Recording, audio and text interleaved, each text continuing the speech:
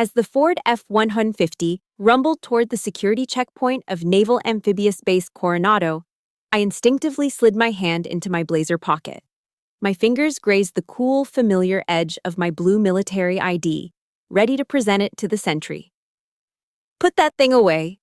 My father, sitting in the passenger seat, suddenly lunged across the center console. He snatched the card from my hand and threw it aggressively onto the floorboard. "Don't you dare embarrass Caleb. I told you, today you are just a guest. You are not some failed enlistee showing off a low-level staff badge." My hand hung suspended in the air, empty and trembling. My knuckles turned white as I gripped the steering wheel, forcing the bile of anger back down my throat. I didn't look down at the floor, where my dignity was currently lying under the heel of his dusty work boot. "Mark my words," he hissed, adjusting his collar. "If anyone asks, you're a secretary. Don't let them know the Rileys have a quitter in the family." I swallowed the metallic taste of blood from biting my cheek and nodded. My poor deluded father didn't know that the card he just tossed wasn't a staff badge. It was a Rear Admiral's identification. It was the only card in this truck that had the authority to command the entire fleet, anchored just beyond that fence. I exhaled slowly, a practiced breath I learned in officer candidate school to lower my heart rate, and bent down at the waist. The cab of the truck smelled like stale coffee and the distinct, earthy odor of Ohio mud that seemed to follow my father everywhere. My fingers brushed against the rubber floor mat, searching. There it was. My ID card was wedged pitifully between a crushed, sticky Mountain Dew can and the heavy, mud-caked tread of his Timberland work boots. He didn't even have the courtesy to shift his leg. He just sat there, staring out the window at the Pacific Ocean, occupying as much space as possible. "Hurry up with it," he grumbled, his eyes fixated on the Navy flags snapping violently in the wind outside. "Don't let the guards see you digging in the trash like a raccoon." I hooked the card with my fingernail and pulled it free. I used the sleeve of my blazer to wipe away a smear of gray dirt from the plastic. The face in the photograph looked back at me, stern, focused, the face of a woman who managed billion-dollar budgets and classified operations. But here, in this cab, she was covered in grit. I didn't put the lanyard around my neck. Instead, I shoved the card deep into my trouser pocket, burying it next to my lint and loose change. It felt like I was personally conducting a funeral for my own identity. We rolled past the sentry. I handed over my civilian driver's license with a forced, tight-lipped smile. The young sailor waved us through, oblivious to the fact that a flag officer was driving the vehicle. As the base opened up before us, revealing the pristine, manicured lawns and the looming gray hulls of warships in the distance, Dad cleared his throat. I knew that sound. It was the preamble to a sermon. "You know, Teddy Roosevelt had it right," he announced, his voice booming in the confined space. He loved the sound of his own voice almost as much as he loved the idea of war. He said the credit belongs to the man who is actually in the arena, the man whose face is marred by dust and sweat and blood. He turned his body, slapping the empty leather seat behind him where my brother, Caleb, would usually be sitting. "That is your brother, Amelia. That boy is a warrior. He strives valiantly."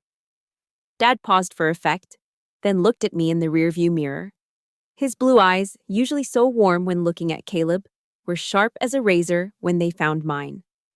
"And you are the critic. You're the cold, timid soul who knows neither victory nor defeat. You sit in the stands, clean and safe, pointing out how the strong man stumbles." Every word was a nail driven into my chest. I kept my eyes on the road, watching the yellow lines blur. The arena, I thought bitterly. He had no idea. My arena didn't have cheering crowds. My arena was a windowless room in the Pentagon called a SCIF, where the air was recycled and the decisions I made determined whether thousands of men like Caleb lived to see another sunrise. But to Frank Riley, if you didn't have mud on your boots, you weren't working. "Frank, please, don't start on her." My mother's voice floated from the back seat. It was frail, barely audible over the hum of the engine. I glanced in the mirror. Mom was making herself as small as possible, gazing out the window at the passing barracks. That was her contribution to my defense for the last 40 years. A polite request for a ceasefire that she knew would be ignored. Dad let out a short, dismissive laugh. You coddled her, Mary. That's the problem. And look at the result. What has she done for the Riley name? 42 years old. No husband, no kids. Just some vague paper-pushing job in D.C. filing memos. Mom went silent. I saw her hand dip into her purse and pull out her rosary beads. Her thumb moved rhythmically over the plastic crucifix. Hail Mary, full of grace. Her silence was worse than his insults. His words were just noise, but her silence was a confirmation. It told me that in this war, I was entirely, utterly alone. I gripped the steering wheel tighter, reciting a different verse in my head. Matthew 6:4, Your Father who sees in secret will reward you. It was the only shield I had left. We pulled into the visitor parking lot near the parade deck. The asphalt was radiating heat. Before the engine even fully cut out, Dad had popped his door open, energized by the proximity to military greatness. And there he was. Caleb. My little brother stood near the entrance, looking like a recruiting poster in his dress whites. The uniform was crisp, the fabric blindingly bright in the California sun. Dad!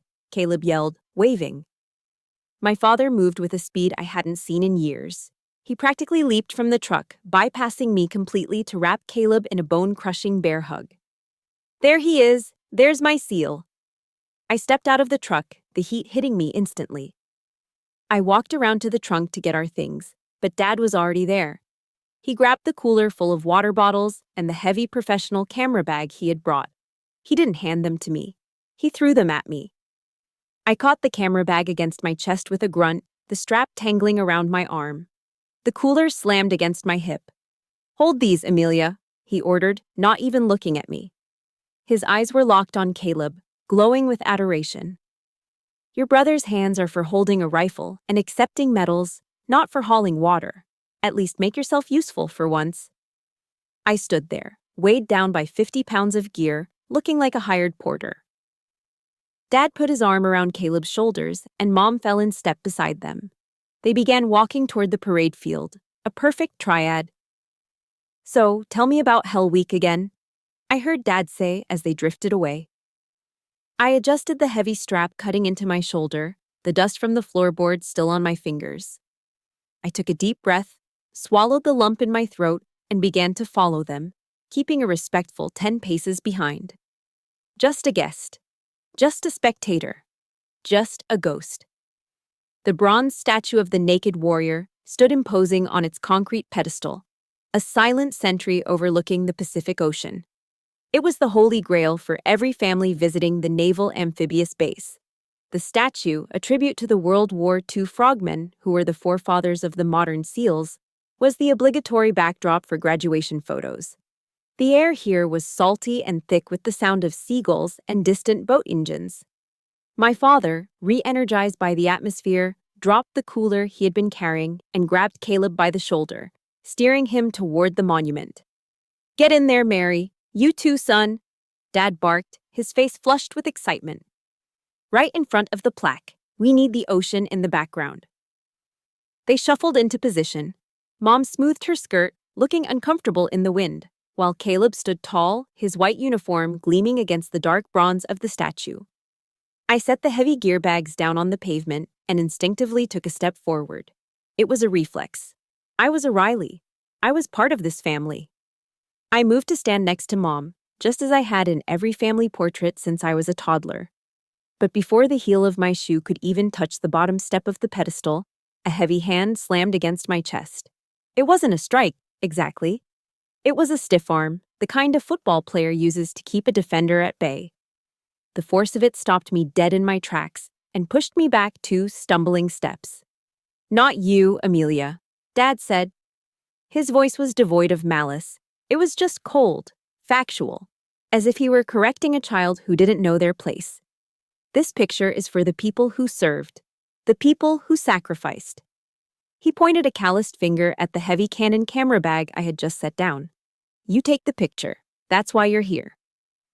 I stood there for a second, the breath knocked out of me not by his hand but by his logic. In his mind, my 20-year career, my rank, my sacrifices, they didn't exist. I was a civilian, an outsider. I swallowed the lump in my throat, picked up the camera, and uncapped the lens. It was a heavy, professional-grade DSLR that Dad had bought specifically for this trip.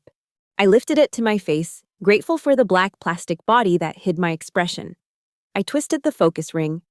The image in the viewfinder blurred, then snapped into razor-sharp clarity. It was a perfect American family. The proud, blue-collar father, the devoted, silent mother, the hero son. Framed perfectly against the blue sky and the bronze warrior. It was a complete picture. It didn't need me. "Smile!" Dad shouted, puffing out his chest. "Look like a warrior, Caleb." I pressed the shutter button. Click. I took another. And another. Capturing the happiness I was explicitly excluded from. My eye began to water, blurring the viewfinder again, but I didn't dare lower the camera to wipe it away. I couldn't let him see me cry. I wasn't his daughter right now. I was the hired help. I was the logistics officer for the Frank Riley Glory Tour. "Frank? Is that Frank Riley?" A booming voice came from the sidewalk behind me. I lowered the camera and turned. A large man in a plaid shirt and khakis was waddling toward us, flanked by a woman with dyed blonde hair. "Bob Miller!" Dad shouted, breaking his pose. He rushed over to shake the man's hand. "I didn't know you guys were coming out." It was Mr. Miller, our old neighbor from Ohio. Small world. They started the loud backslapping ritual of two Midwestern dads meeting far from home. Dad immediately pulled Caleb over, showing him off like a prize steer at the county fair. "You remember Caleb. Just graduated. Top of his class, probably." Dad bragged, ignoring the fact that Caleb had barely scraped by academically. Mr. Miller nodded appreciatively, then his eyes drifted over to me. He squinted against the sun. "And is that Amelia?" "Well, I'll be damned. Haven't seen you since you left for... Where was it? College?" He smiled warmly. "I heard you were doing big things in D.C., working for the government, right?" I opened my mouth to speak, to offer a polite, vague answer about the Pentagon, but Dad cut in. He stepped between us, his smile tight and dismissive. "Big things? Hardly." Dad laughed, waving his hand as if swatting away a fly. "She's a secretary, Bob. Works in a basement office somewhere filing papers and making coffee for the brass. You know how it is. Safe work? Boring work." Mr. Miller's smile faltered. He looked at me, and the respect in his eyes instantly dissolved into pity. "Oh, I see. Well, that's good too. Benefits are probably good, right? Good for a single woman." "Exactly," Dad said. "Keeps her busy." I gripped the camera strap so hard the nylon bit into my skin. Secretary. I commanded a budget larger than the GDP of some small countries, and he had reduced me to a coffee girl. I forced a smile, a mask of stoic indifference, and nodded. "It pays the bills, Mr. Miller." We said our goodbyes and started walking toward the reception hall. Dad was walking on air, still high from bragging to his neighbor. I lagged behind, hauling the camera and the cooler again. We passed a row of administrative buildings. A group of 3 naval officers was walking toward us in their khakis. They were young, fit, and moving with purpose. The one in the lead, a lieutenant with the shiny silver bars on his collar, looked up as we approached. His eyes scanned our group.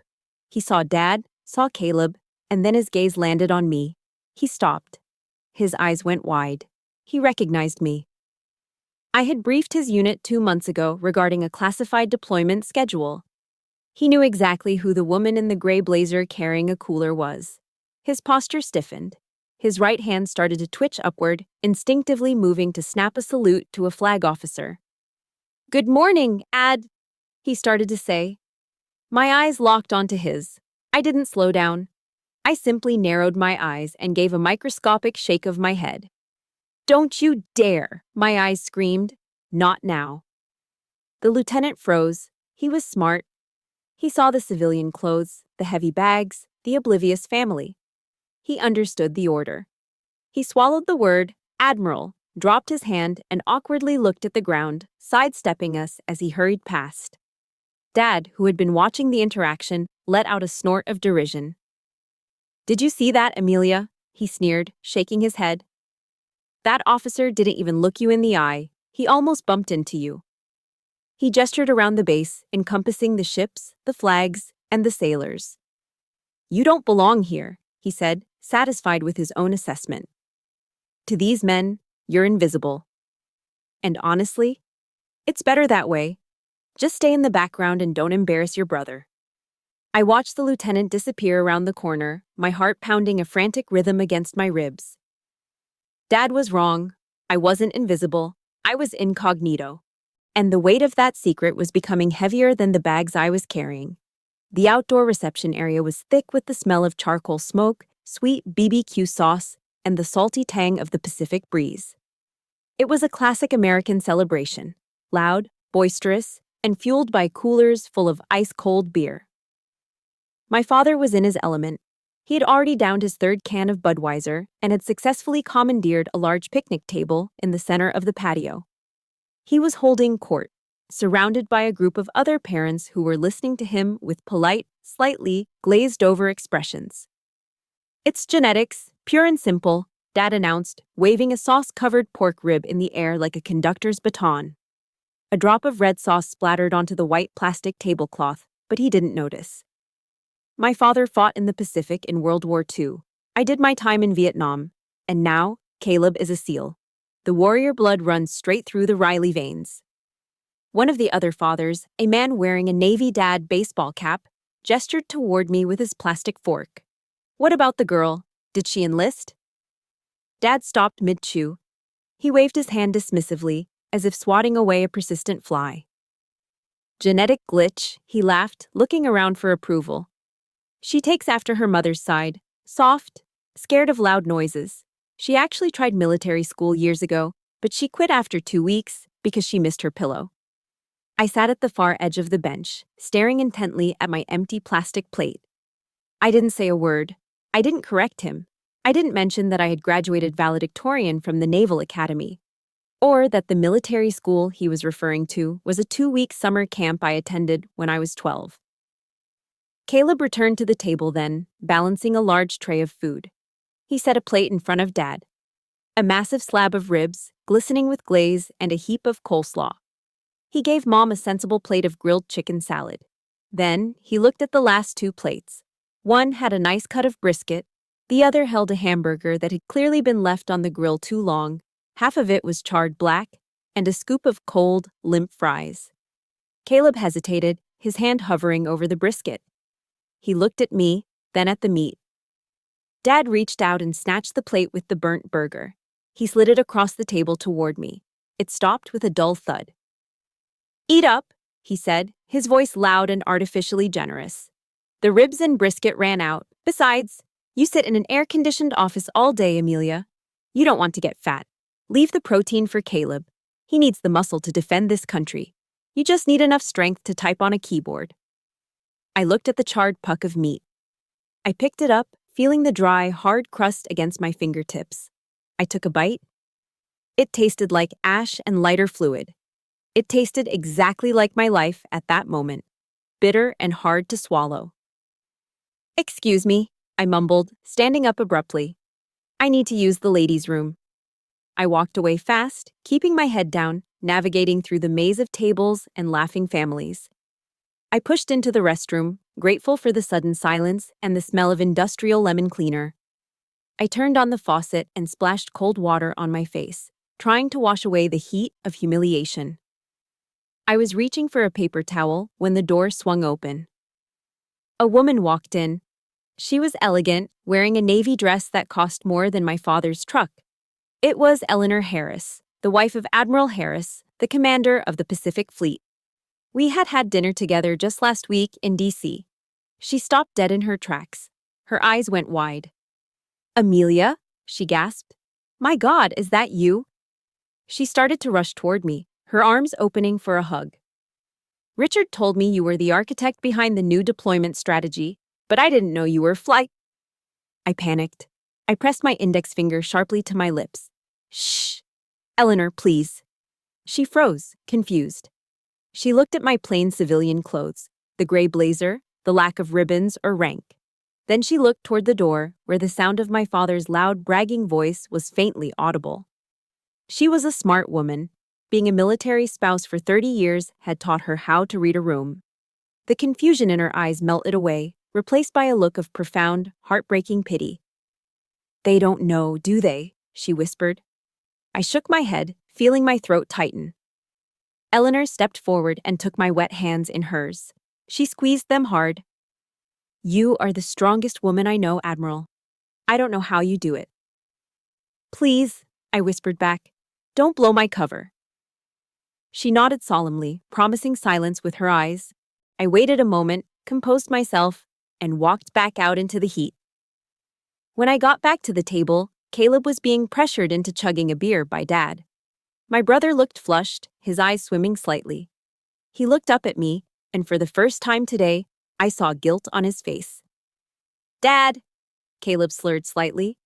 "You know, Amelia, actually. She works really hard, too." I held my breath. Was he going to say it? Dad slammed his empty can onto the table, crushing it. He laughed, a harsh, barking sound. "Hard? Please," Dad scoffed. "What's hard? A paper jam in the Xerox machine? Running out of blue pens?" He leaned in, pointing a finger at Caleb. "Don't you defend her mediocrity, son. The truth hurts, but it's necessary. This world runs on men with guns, like you, not on the people who file the paperwork afterward." Caleb's mouth snapped shut. He looked down at his boots, choosing the safety of silence over the danger of the truth, just like Mom. I sat back down and picked up my cup of lukewarm water. I took a long sip to wash down the taste of the burnt burger. If you are listening to this and you know exactly how that bitter burger tasted, if you have ever had to swallow your pride just to keep the peace in your own family, do me a huge favor. Hit that like button and comment, "I am still standing," below. Let's show Frank Riley he's wrong. I set the cup down. 2 hours, I told myself. Just 2 more hours, and I can disappear. The boisterous noise of the reception, the clinking of beer cans, and the drone of my father's bragging voice finally became too much. The air under the patio cover felt thick, suffocating, composed entirely of charcoal smoke and lies. I slipped away while Caleb was distracted by a group of his new platoon mates. I didn't head for the parking lot. Instead, I walked toward the back of the venue, finding a narrow paved path that led down to the water. The further I walked, the quieter it got.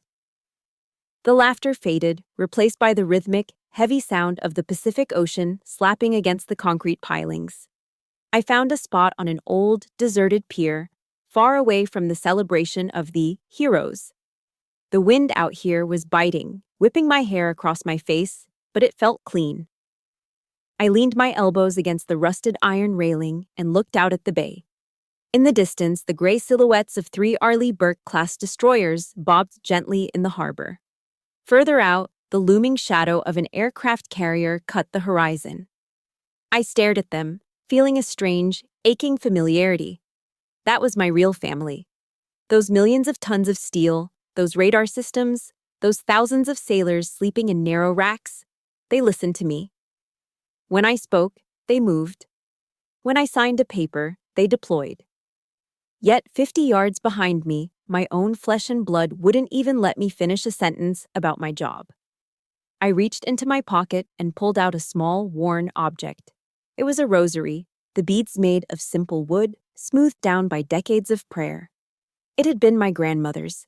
She was the only Riley who had ever looked at me with something other than disappointment. "Amelia," she used to say, holding my chin, "you have the eyes of a general. Don't let them make you look down." I rubbed the wooden cross with my thumb. The texture brought back a memory I'd tried very hard to bury. It was 3 years ago, the day I pinned on my first star. Making Rear Admiral is a statistical anomaly. It is the summit of a career, the moment you ascend from being an officer to being a flag officer. I had sent first-class tickets to Ohio a month in advance. I wanted them there. I wanted Dad to see that I had made it to the top of the mountain, even if I climbed a different path than he wanted. He sent the tickets back. I could still hear his voice on the phone, casual and dismissive. "Can't make it, Amy. I've got to reshingle the tool shed before the rains come. Besides, it's just a ceremony for paper pushers, right? Not like you're receiving the Medal of Honor. That night, after the ceremony, after the handshakes from the Secretary of the Navy and the polite applause of strangers, I didn't go to the gala dinner. I felt like a fraud in the ballroom. Instead, still wearing my dress whites, the immaculate choker collar, the gold shoulder boards, the single star gleaming under the streetlights. I drove my car through an In-N-Out drive-thru. I bought a double-double, animal style, and a chocolate shake. I parked in the darkest corner of the lot, engine idling. I sat there, a newly minted Admiral, eating a fast food burger alone in the dark. I remembered a drop of special sauce falling onto my pristine white trousers, leaving a stain I couldn't wipe off. I stared at that stain and broke down. I cried until I couldn't breathe, sobbing into the wax paper wrapper. That night, amidst the smell of grilled onions and loneliness, I learned the hardest lesson of command. Success unshared is colder than failure. A victory with no one to toast it feels remarkably like a defeat. The wind on the pier gusted, snapping me back to the present. The salt spray stung my eyes, or maybe they were stinging for other reasons. I closed my hand tight around the rosary, the wood digging into my palm. I bowed my head. "Lord," I whispered into the crashing waves, my voice cracking. "Take this cup from me." I wasn't Jesus in the garden, but I felt the weight of my own impending crucifixion. I knew what was coming in that hall. More insults, more erasure. "But," I continued, the prayer turning into a bargain, "if I must drink it so this family can have their happy day, then give me the strength to stay quiet. Give me the humility to play the fool for just a few more hours. Don't let me scream at him. Don't let me destroy him just to save my own pride." I didn't pray for glory. I didn't pray for them to recognize me. I just prayed for the endurance to survive their ignorance. Then, the sky tore open. Boom roar. The sound was physical, a vibration that started in the soles of my feet and rattled my teeth. Two FA-18 Super Hornets screamed overhead, banking hard over the bay in a low-altitude training maneuver. They were moving at 400 knots, trailing white vapor from their wingtips, their afterburners glowing like angry eyes. The noise was deafening. To anyone else, it was just noise. But to me, it was a language. It was the sound of freedom. It was the sound of billions of dollars of American air power. And it was the sound of my world. I opened my eyes and watched them bank upward, disappearing into the clouds. My heart, which had been beating with the erratic rhythm of anxiety, suddenly steadied. It synced with the fading roar of the jets. I am not a secretary, the rhythm beat. I am not a disappointment. I am Rear Admiral Amelia Riley. I command the chaotic sea. I can certainly handle one insecure old man. I put the rosary back in my pocket. I smoothed down the front of my gray blazer, brushing off imaginary lint.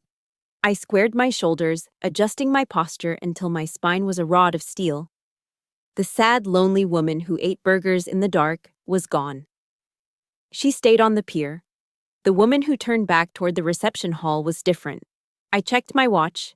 The graduation ceremony, the main event, was starting in 20 minutes. "All right, Dad," I whispered to the empty air.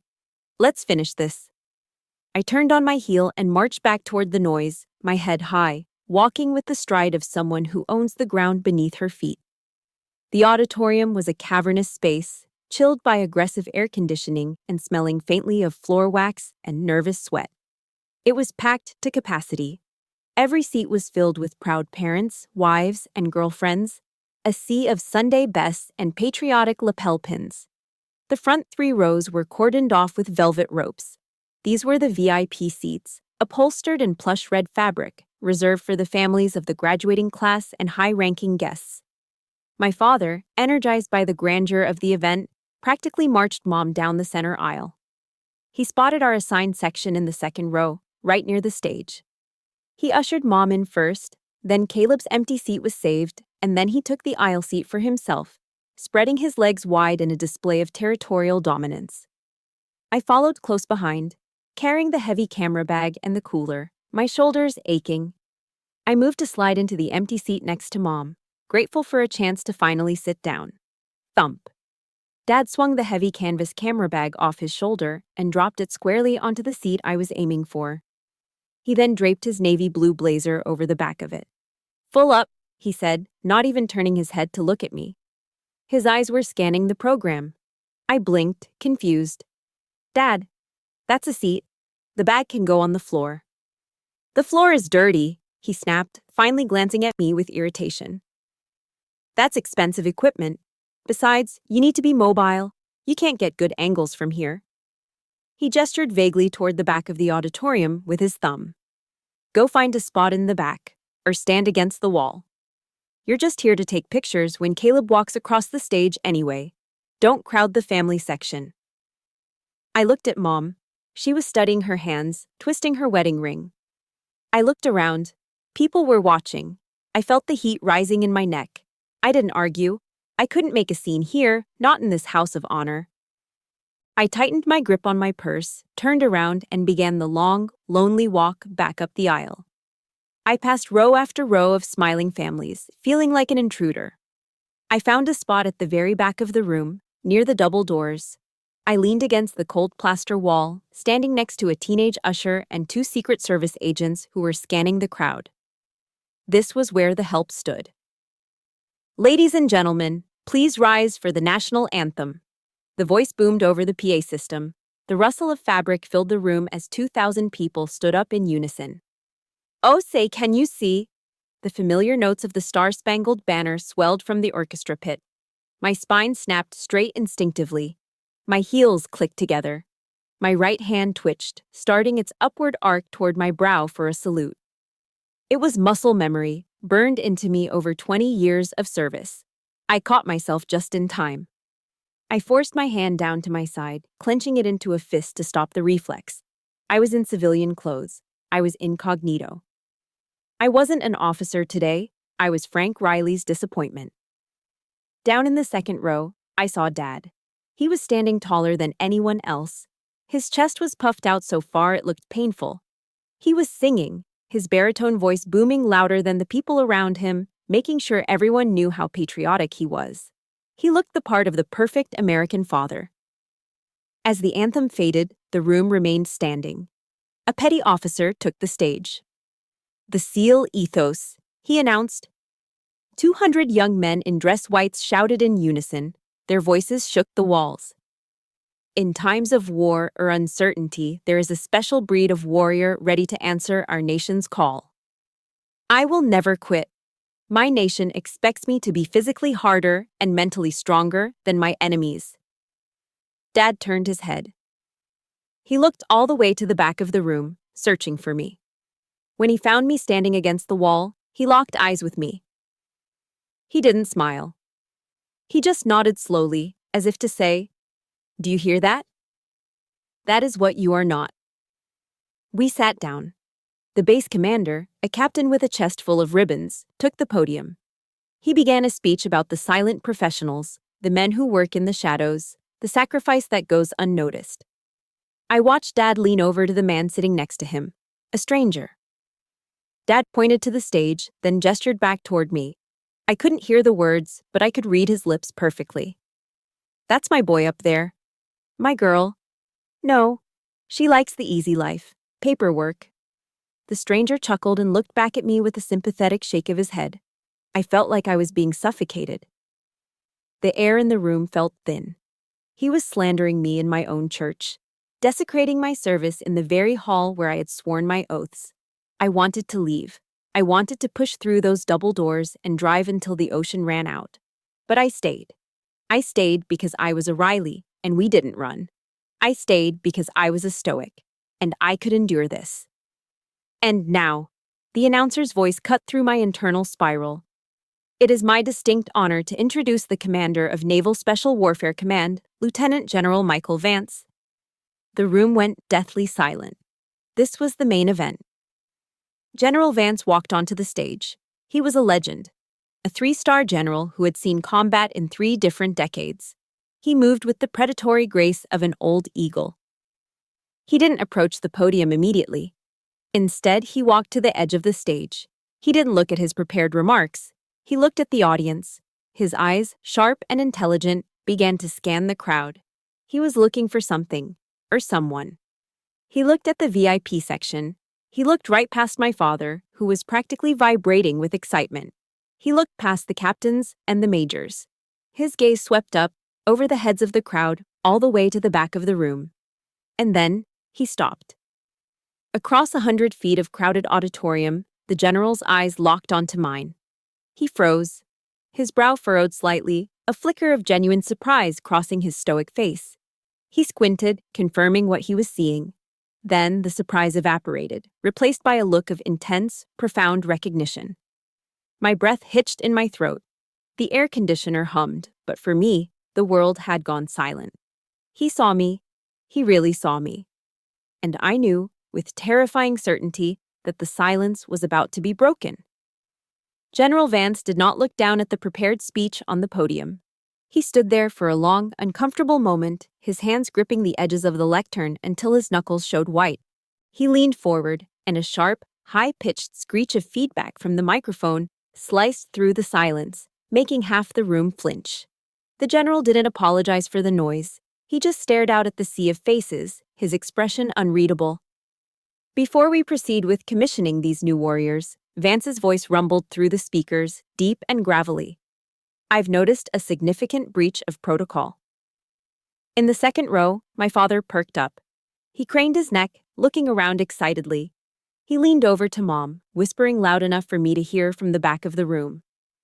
Protocol, Dad muttered, nodding sagely. Bet a senator just walked in, or maybe the Secretary of Defense. Watch, Mary, someone big is coming. He smoothed his tie, readying himself to be in the proximity of power. He had no idea the power was already in the room, standing 40 feet behind him against a cold plaster wall. This unit is trained to identify threats and assets in high-stress environments, General Vance continued, his eyes still scanning the back of the room. But today, it seems we have failed to recognize our own chain of command. The room went deadly quiet. You could hear the hum of the air conditioning vents. Then, General Vance raised his right arm. He pointed a single, steady finger directly over the heads of the VIPs, over the heads of the officers, straight at the back corner near the exit doors, straight at me. I am honored to recognize the presence of the architect behind our current Pacific defense strategy, a woman who taught me everything I know about naval intelligence operations, Vance said, his voice swelling with authority. Welcome ashore, Rear Admiral Amelia Riley. The name hit the room like a physical blow. For a split second, there was absolute silence. The kind of silence that follows a gunshot before the echo registers. My father froze. His body went rigid, as if his spine had fused into a solid bar of iron. He didn't turn around immediately. He couldn't. His brain was trying to process a reality that contradicted his entire existence. Slowly, painfully, like a rusted turret traversing on a tank, Frank Riley turned in his seat. He looked past the velvet ropes. He looked past the rows of strangers. He looked all the way back to the shadow against the wall. His mouth fell open. His eyes were wide, round discs of pure, unadulterated shock. He looked like he was seeing a ghost. But the general wasn't done. Captain, Vance barked at the commanding officer on stage. The captain snapped to attention. He took a breath that expanded his chest, and then, with a voice that could shatter glass, he bellowed the most powerful command in the Navy. Attention on deck. Kaboom! It wasn't a sound. It was an earthquake. In a single, synchronized motion, 200 graduating SEALs on the stage and dozens of high-ranking officers in the audience surged to their feet. 400 heels slammed into the wooden floorboards at the exact same millisecond. The sound reverberated through my ribcage, a thunderclap of discipline and respect. The entire auditorium became a sea of white and khaki uniforms turning as one. They weren't facing the stage anymore. They were facing me. 250 hands snapped up. The air whistled as they cut through it. It wasn't a casual wave. It wasn't the half-hearted gesture of a neighbor. It was a rigid, razor-sharp salute. Every spine was straight, every chin was tucked, every eye was locked onto the secretary in the gray blazer. I peeled myself away from the wall. I didn't need the shadows anymore. I stepped into the aisle, standing in the pool of light, I squared my shoulders, lifting my chin. I looked through my glasses, scanning the faces of the men who were currently offering me their unconditional obedience. I saw Caleb up on the stage. His face was drained of blood, pale as his uniform. He was saluting, his hand trembling slightly against his brow, his eyes wide with a mixture of terror and awe. And then I looked down at the second row. Frank Riley was the only man sitting down. He looked small. He looked withered. His hand, which had been holding his iPhone to record Caleb, went limp. Clatter. The phone hit the floorboards, sliding under the seat in front of him. He didn't reach for it. He couldn't move. He was staring at me and then looking back at the 3 silver stars on General Vance's shoulder, and then back at me. The math finally worked in his head. The paperwork, the office job, the secretary. The lie he had told himself, the lie that I was a failure so he could feel like a success, shattered into a million jagged pieces. His face turned a deep, violacious red. It started at his collar and flooded up to his hairline. It wasn't anger. It was shame. A thick, suffocating shame that seemed to shrink him physically. He slumped in his chair, pulling his arms in, trying to make himself disappear between the standing giants who were saluting his daughter. For 40 years, Frank Riley had been the loudest man in every room. But in this hall of heroes, under the weight of the truth, he was finally, blissfully silent. If you felt a shiver down your spine when those heels hit the floor, and if you believe that the truth always comes out in the end, do me a favor. Hit that like button right now and comment, "Respect," below. Let's show Frank Riley that we see exactly who the real hero is. I held the gaze of the room for one heartbeat longer. Then, slowly, deliberately, I raised my right hand. I didn't smile. I simply returned the salute. I held the salute for exactly 3 seconds, long enough to acknowledge the respect, short enough to remind them that there was still work to be done. "Thank you, gentlemen," I said. My voice wasn't loud, but in the pin-drop silence of the auditorium, it carried all the way to the stage. "Carry on." I dropped my hand. Simultaneously, 200 hands snapped down. The sound of fabric brushing against fabric was the only noise in the room. General Vance nodded at the stage, signaling the ceremony to continue, and the room exhaled.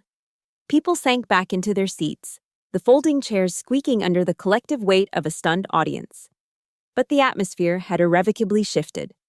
The air in the room, previously thick with anticipation for the new graduates, was now heavy with a different kind of tension. Nobody was looking at the stage anymore. Nobody cared about the diplomas being handed out. Every eye in the room was darting furtively toward the back wall where I stood, and then bouncing down to the second row of the VIP section. The whispering started slowly, a low hum that quickly grew into the buzzing of an agitated hive. In a small town or a tight-knit military community, gossip travels faster than light. "Did you see that? That's Frank Riley's daughter. I thought he said she was a secretary." "A rear admiral? Does he not know his own kid's rank?" "God, that's embarrassing. He's been bragging about the son all morning and ignoring a flag officer." Down in row 2, my father sat hunched over. The man who had taken up so much space in the truck, who had spread his legs wide and draped his coat over my seat, had collapsed in on himself. He was staring at his knees, his hands gripping his thighs so hard his knuckles were white. He looked like he was trying to physically shrink, to fold himself into the gaps between the floorboards. Mr. Miller, our neighbor from Ohio, leaned in from the aisle seat. He didn't whisper quietly enough. "Frank," Miller hissed, confused but accusing. "You told me she made coffee. You said she was administrative support." Dad didn't answer. He couldn't. He just shook his head slightly, a jerky, spasm-like motion. He didn't look left. He didn't look right. He certainly didn't look back at me. The arrogance that had fueled him for decades had been stripped away, leaving behind a confused, shivering old man. Beside him, my mother did something she had never done in my lifetime. She stopped praying. She wrapped her rosary beads around her wrist, placed her hands in her lap, and turned her head to look at her husband. She didn't scream. She didn't scold. She just looked at him with a quiet, devastating disappointment. That look was louder than any shout. The rest of the ceremony passed in a blur. When the final dismissal was given, the room erupted into movement. Usually, this is when families rush the stage. Not today. General Vance stepped off the podium and walked straight down the center aisle. People who had been waiting to shake his hand saw his trajectory and instinctively stepped back.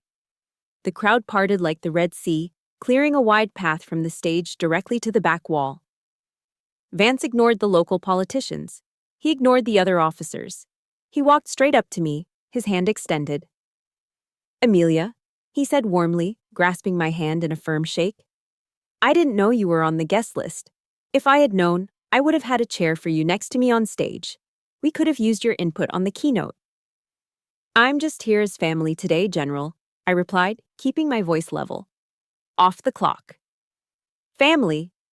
Vance raised an eyebrow. He turned his head, looking down the empty aisle toward the second row, where my father was struggling to stand up, looking like a man walking on a ship in a hurricane. "Well," Vance said, his voice carrying clearly to the VIP section. "They must be incredibly proud. It's not every family that produces a strategist of your caliber. The Navy is lucky to have you, Admiral." The words hit my father like physical blows.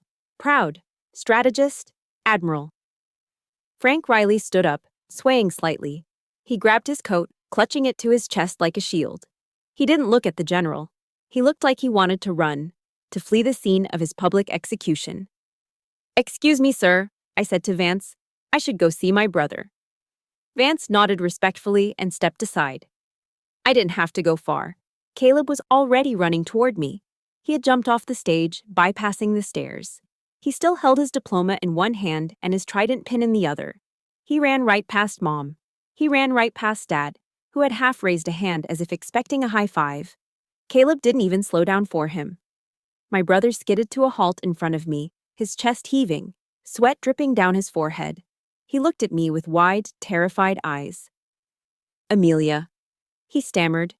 He looked at my civilian clothes, then at my face, struggling to reconcile the sister he bullied with the officer his commander had just saluted. "Rear Admiral, I didn't." He started to raise his hand to salute, a reflex of his new training. I reached out and knocked his hand down gently. I stepped forward and pulled him into a hug.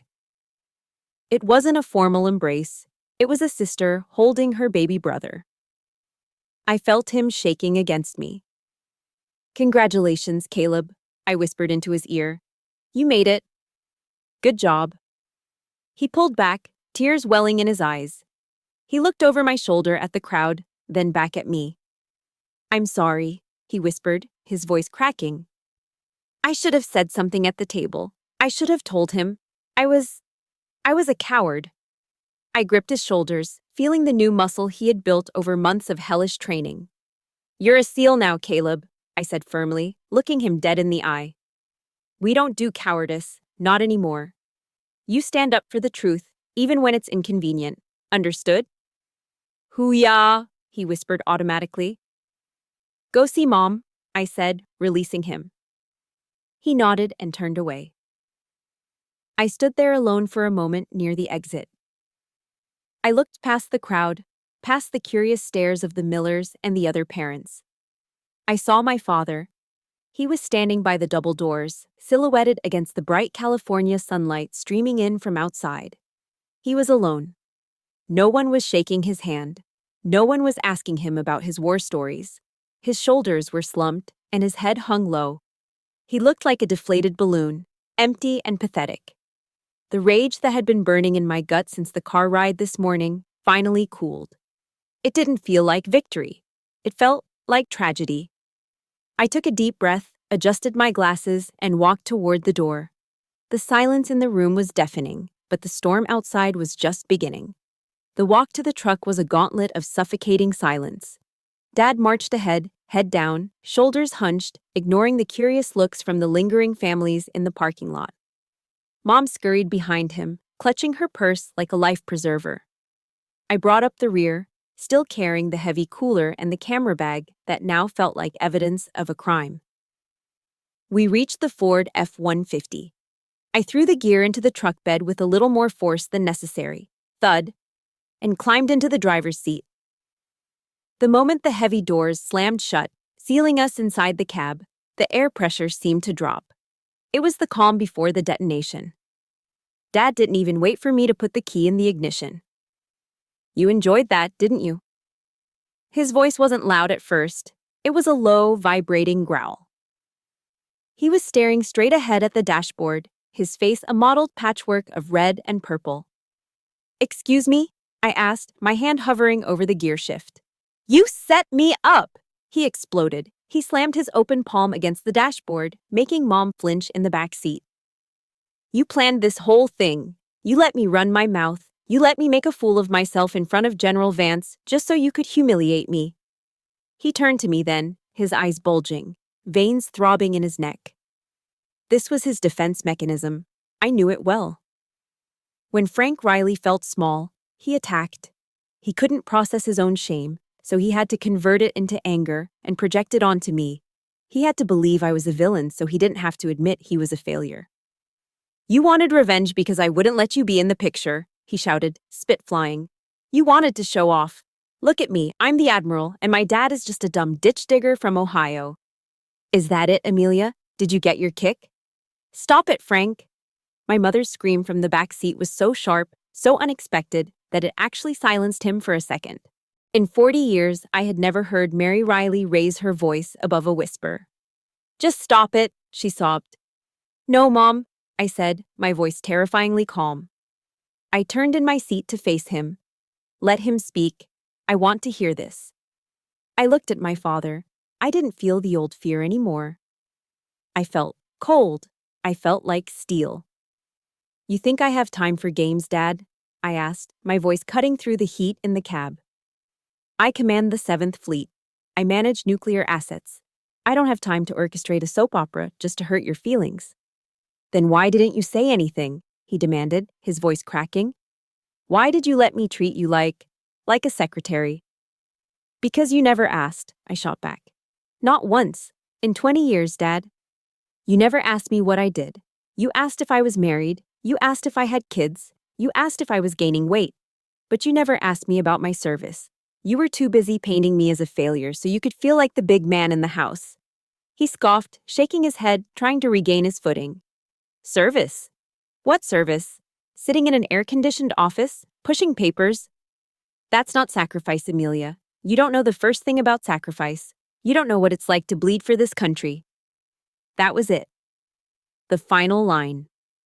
I didn't yell. I didn't scream. I simply reached into the inside pocket of my blazer and pulled out my wallet. My fingers found the small laminated photograph I kept tucked behind my driver's license. It was old, the edges frayed. Look at it, I said, tossing the photo onto his lap. He looked down, confused. It wasn't a graduation photo. It was grainy, taken in a field hospital tent. In the picture, I was lying on a stretcher, my face gray and covered in soot. My right shoulder was heavily bandaged, blood seeping through the gauze, staining my desert camouflage uniform dark red. Standing over me, pinning a medal onto my bloody uniform, was a younger General Vance. Dad stared at the photo. He squinted at the medal. It was a gold star surrounded by a silver wreath. Do you know what that is? I asked quietly. He didn't answer. His hand started to shake. As a military enthusiast, he knew exactly what it was. That is the Silver Star, Dad, I said. Third highest military decoration for valor in combat, awarded for gallantry in action against an enemy of the United States. I didn't, he stammered.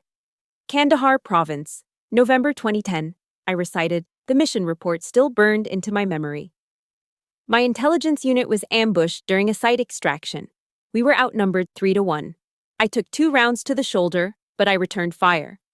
I neutralized 3 insurgents and dragged my comms officer 200 yards to the extraction point. I pointed at the photo in his lap. I didn't get that for typing memos, Dad. I got that for killing men who were trying to kill us. Dad picked up the photo. His fingers brushed against the date printed in the corner. Nov. 26, 2010. He froze. His eyes widened as the date registered. November 26th, he whispered. Thanksgiving, I said ruthlessly. Do you remember that Thanksgiving, Dad? You called me. I was in the hospital in Germany, recovering from surgery. But I couldn't tell you that because the mission was classified. I told you I was swamped with work. And you screamed at me. You told me I was a selfish workaholic who didn't care about family. You told me I was ungrateful. I leaned closer to him. I was bleeding through my bandages while you were yelling at me about a turkey. The air went out of him. The anger, the bluster, the arrogance, it all evaporated, leaving behind a hollow shell. He looked at the photo, at the blood, at the metal, and then he looked at me. He really looked at me, seeing the faint scar on my neck that he had probably never noticed before. A silver star, he choked out. His face crumbled. The tears came instantly, overflowing his eyes and running down his weathered cheeks. It wasn't the polite crying of a funeral. It was the ugly, jagged sobbing of a man realizing that his entire worldview was a lie. He dropped the photo and slumped forward, burying his face in the steering wheel. His shoulders heaved violently. "Oh, God," he wept, his voice muffled against the leather. "Oh my God, Amelia, what have I done?" I sat back in my seat, watching him fall apart. The fire in my chest burned out, leaving only a dull, aching exhaustion. I didn't touch him. I didn't comfort him. Not yet. He needed to feel this. He needed to feel the full weight of the years he had stolen from us. "You didn't see me, Dad," I said softly, looking out the windshield at the ocean. "You never saw me." It was 11 o'clock at night. We found ourselves in the back corner of a Denny's just off the highway, the kind of place that serves as a sanctuary for weary travelers and broken families alike. The restaurant was mostly empty. The overhead fluorescent lights hummed with a low electric buzz, casting a sterile yellow glow over the red vinyl booths. The air smelled thick with the scent of cheap coffee, maple syrup, and industrial floor cleaner. A uniquely American perfume that somehow felt comforting in its familiarity. We had shed our armor. Caleb had changed out of his dress whites into a wrinkled gray t-shirt and jeans. I was back in my blazer, but I had loosened the scarf around my neck. Dad sat across from me, but he wasn't the boisterous, chest-thumping patriarch from the morning. He was just an old man in a flannel shirt. He held a white ceramic mug of black coffee between his hands, staring into the dark liquid as if it held the secrets of the universe. The steam rose up, curling around his face, highlighting the deep lines etched into his forehead. He looked 10 years older than he had at sunrise. The silence at the table wasn't the suffocating pressure of the truck ride. It was softer, heavier, colored by the exhaustion of a man who had finally put down a load he'd been carrying for decades. The waitress, a woman named Brenda with tired eyes and a kind smile, topped off Dad's coffee. He nodded a silent thanks, but didn't drink. "I never made it past Sergeant," he said suddenly. His voice was rough, like gravel grinding together. He didn't look up. He kept his eyes fixed on the coffee. "I was an E5, he continued, his thumb tracing the rim of the mug. "Average, forgettable. I came home, started the construction business, and told everyone I was a big shot. But I knew." He finally lifted his head. His eyes were red-rimmed and swollen. "When you got into the academy, and then when you started climbing, lieutenant, commander, captain, I got scared." I watched him, my own coffee forgotten. "Scared of what, Dad?" "Scared that you would look at me and see a failure," he whispered. The admission hung in the air between us, raw and terrifyingly honest. "I was your father. I was supposed to be the giant in the room, but you were becoming a giant, Amelia, and I felt myself shrinking." He took a shaky breath. "So I had to push you down. I had to convince myself and everyone else that you were just a paper pusher. If I could make your success look small, then maybe I could still feel big." It was jealousy, Amelia. Just petty, ugly jealousy from a scared old man. I looked at his hands. They were large, calloused, scarred from 40 years of hanging drywall and framing houses. They were the hands that had built the roof over my head. They were the hands that had held my bicycle seat when I was learning to ride. I reached across the sticky laminate table and covered his rough hand with mine. His skin felt like sandpaper, warm and familiar. "Dad," I said gently, waiting until he met my gaze. "Look at me." He blinked, a fresh tear leaking out. "I don't need you to be a war hero," I told him, my voice steady. "I don't need you to be a general. I work at the Pentagon, Dad. I have dozens of generals barking orders at me every single day. I have enough people trying to save the world." I squeezed his hand, feeling the tremors in his fingers. "I don't need another officer. I just need a dad.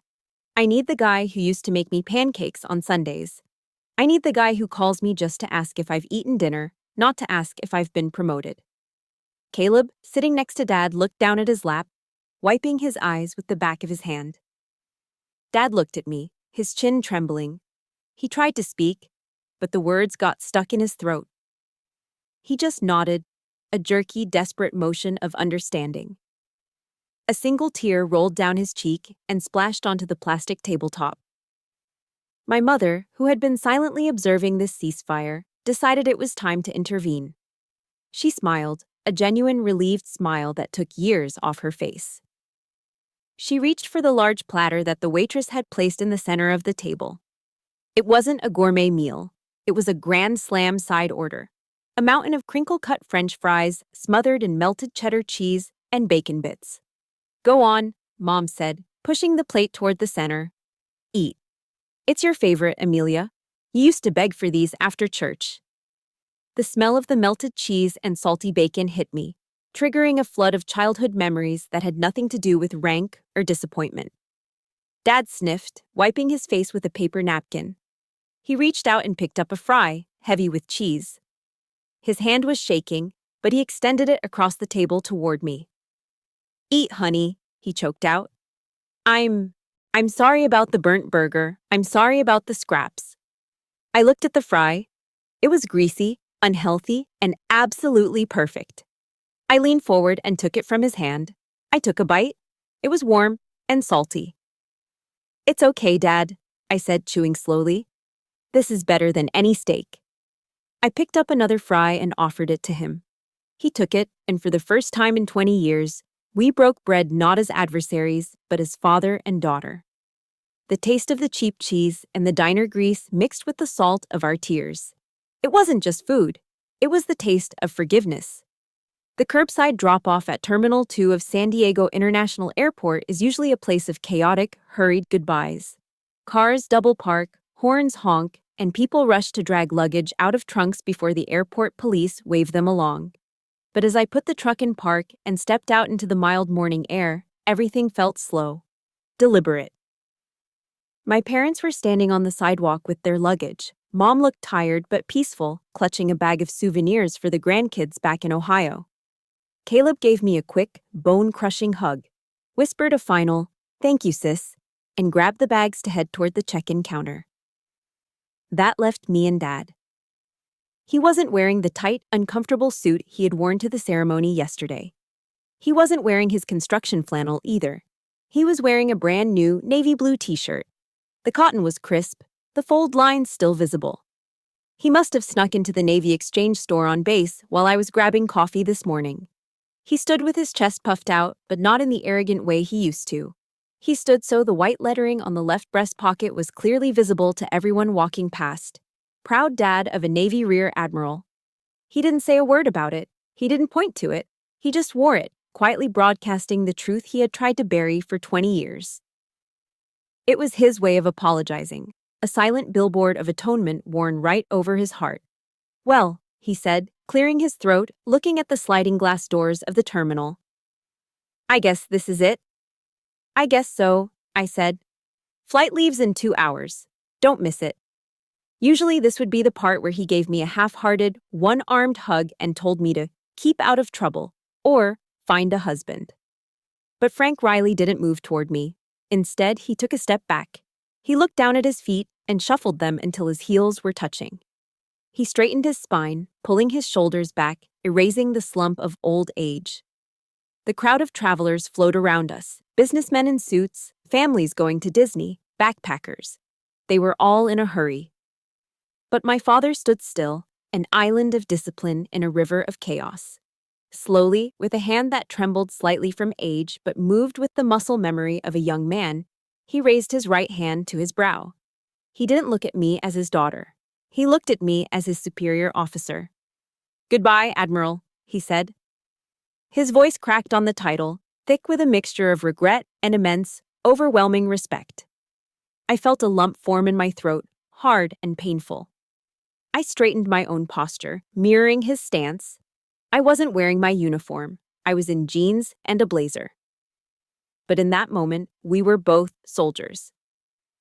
I smiled, a genuine warm smile that reached my eyes. I raised my hand and returned the salute, sharp and precise.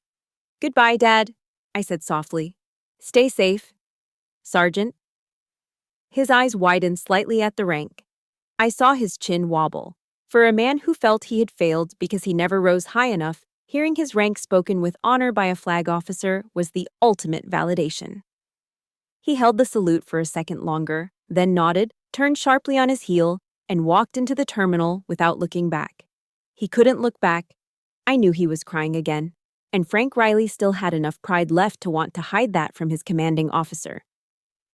I got back into the truck and merged onto the I-5, heading north toward the secure facility where I worked. The silence in the cab was different now. It wasn't empty. It was peaceful. 10 minutes into the drive, my phone buzzed on the center console. It was a secure line from the Pentagon. I tapped the hands-free button. "Riley." "Admiral, we have a situation developing in the South China Sea," a clipped voice said. "Satellite recon shows movement near the Spratly Islands. The chairman needs a briefing in 30 minutes. "I'm 10 minutes out," I replied, my voice shifting instantly into command mode. "Have the tactical assessment ready on my desk." "Aye, ma'am." The line clicked dead. Just like that, the family drama was over. The real world, the dangerous, complex world of geopolitics and naval strategy, was waiting for me. I would walk into a windowless room, surrender my phone, and spend the next 12 hours making decisions that would never make the evening news, but would keep the world spinning. Mr. Miller back in Ohio would probably still tell people I was a secretary. The neighbors would still wonder why Frank's daughter never came home for holidays. And as I looked at the road ahead, I realized something profound. I didn't care. I glanced at the dashboard. My military ID card was sitting there, catching the morning sun. It wasn't a heavy secret anymore. It was just plastic and a microchip. General MacArthur once said, "Old soldiers never die. They just fade away." But as I accelerated down the highway, I thought about a different kind of strength. For years, I thought strength was proving people wrong. I thought it was the roar of the jets or the snap of a salute. But I was wrong. Real strength isn't noise. Real strength is the ability to endure being misunderstood to protect the people you love, even when they are the ones misunderstanding you.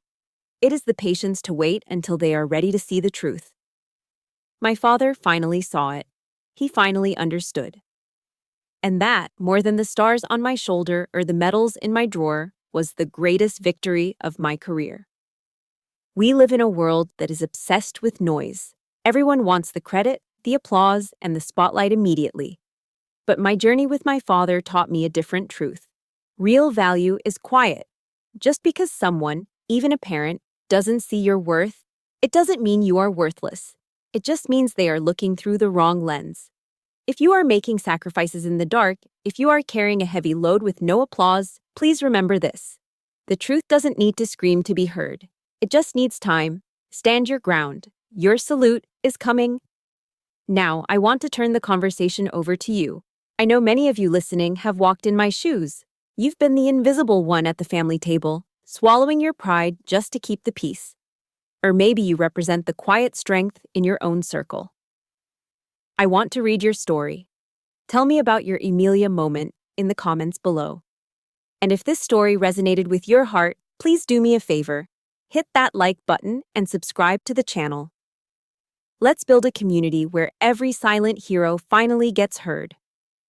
Until next time.